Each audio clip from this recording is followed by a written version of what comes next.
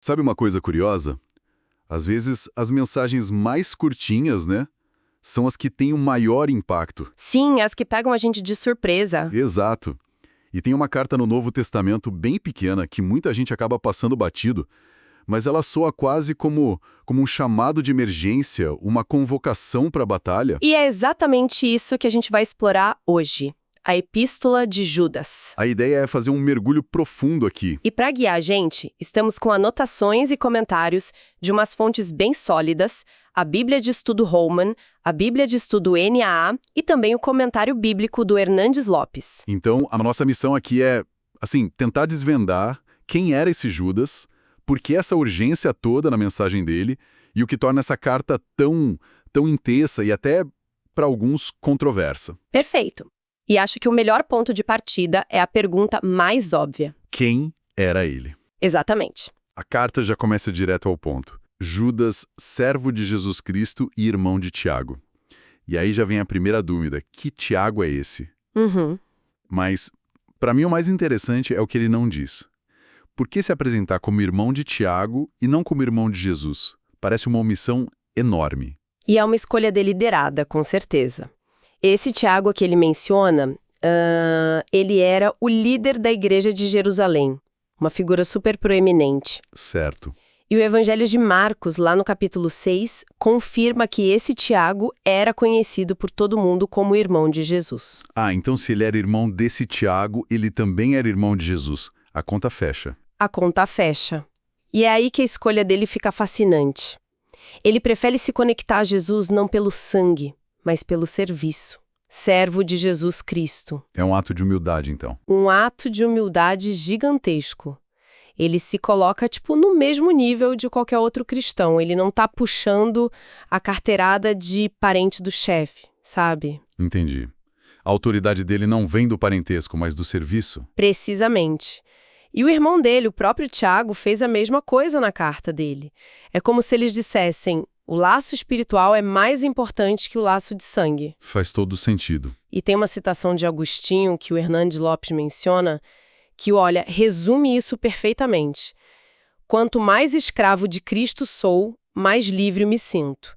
É essa a lógica do Judas. Isso já diz muito sobre o caráter dele. Um caráter que parece combinar muito com o tom da carta, que é enérgico, direto, quase combativo. Sem dúvida. A minha pergunta é, será que esse era o plano original? Porque essa intensidade toda parece uma reação, tipo uma mudança de rota de última hora. E foi exatamente isso, não era o plano. Ele mesmo fala isso ali no versículo 3. Ele admite, né? Ele admite, a intenção dele era escrever sobre a salvação comum, um tema mais amplo, mais encorajador. Talvez algo mais tranquilo. Muito mais tranquilo. Mas ele diz que se sentiu constrangido, ou seja, obrigado a mudar de assunto, forçado a mudar o tom. E o que foi tão grave para ele jogar o plano inicial fora? O que aconteceu? Aconteceu uma crise. E uma crise interna, que é sempre a pior. Infiltração. E infiltração. As fontes são bem claras nisso. A igreja estava sendo invadida, por assim dizer, por falsos mestres. E a palavra que Judas usa é sorrateiramente. Eles entraram de fininho, sem fazer barulho. E o que eles estavam ensinando de tão perigoso? Eles estavam pervertendo a mensagem central da graça. Ah, o clássico. Exato.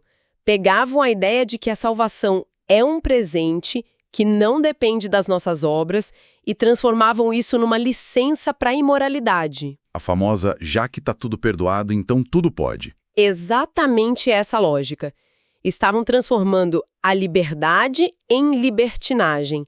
E é por isso que a urgência dele é tão grande. Não era um inimigo lá fora, um soldado romano. Era um inimigo dentro de casa. Um lobo em pele de cordeiro. Perfeito. Por isso o tom é de guerra. A palavra grega que ele usa para exortar, para batalhar pela fé, é um termo militar. Sério? Sim, é como um general dando ordens para as tropas na linha de frente. Essa carta não é uma reflexão calma, é um grito de guerra. Entendi. E para montar esse argumento de guerra, ele usa umas referências que eu confesso me deixaram bem surpreso. Ele vai além do Antigo Testamento que a gente conhece, né? E aí a gente entra na parte mais polêmica da carta. Com certeza. Essa parte causou um debate. E um debate sério na igreja primitiva. Para provar o ponto dele sobre o juízo de Deus contra os rebeldes, Judas cita fontes que não estão no cânone bíblico protestante. Como assim?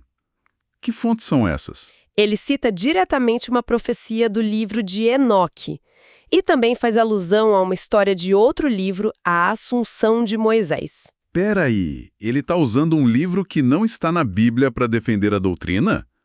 Isso não compromete a autoridade dele? Como que aceitaram isso na época? Comprometia, sim, na visão de muitos, e esse foi um problemão.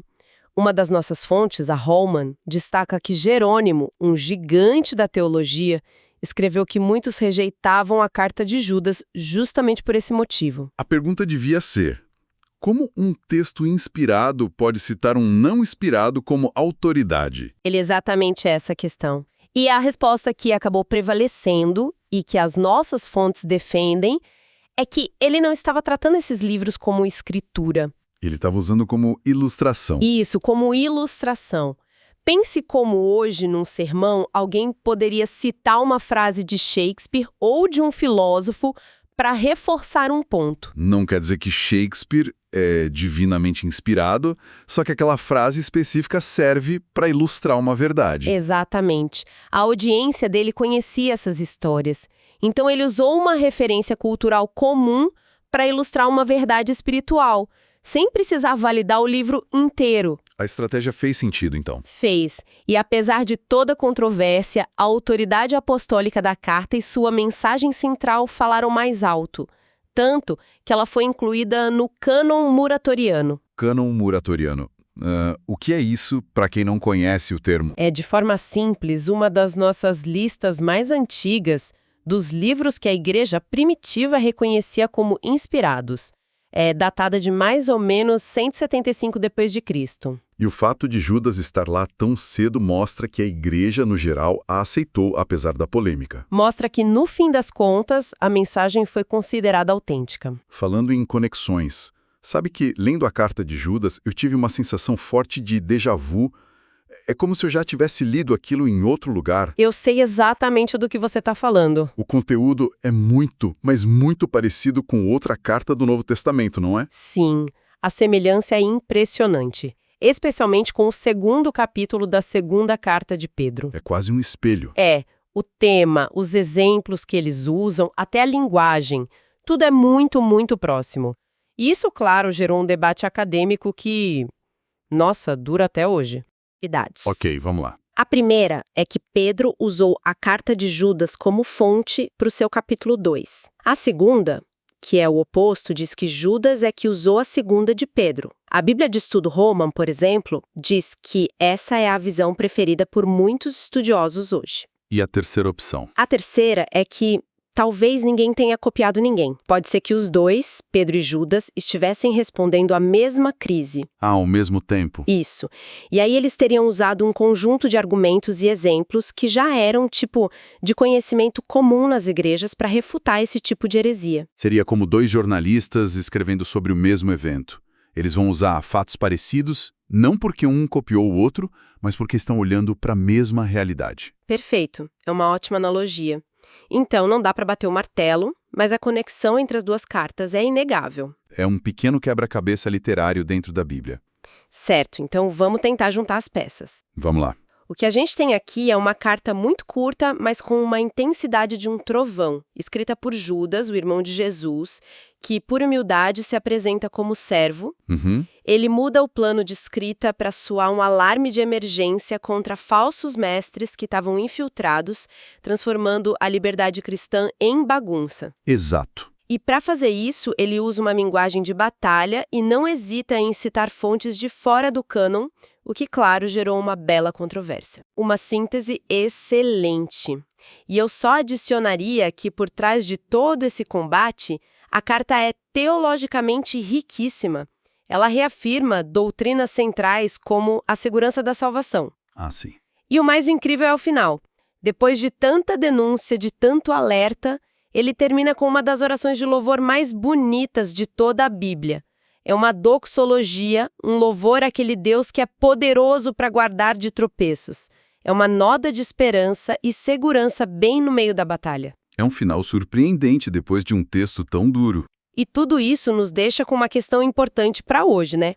A mensagem central de Judas é um chamado para batalhar pela fé. Certo. No mundo como o nosso, inundado de informação, de todo tipo de ideia, o que significa hoje discernir a verdade do erro e, talvez o mais difícil, como defender convicções fundamentais com a firmeza que Judas pede, mas sem cair na mesma intolerância da qual, ironicamente, a própria carta às vezes é acusada. Como equilibrar essa batalha pela verdade com o espírito de graça?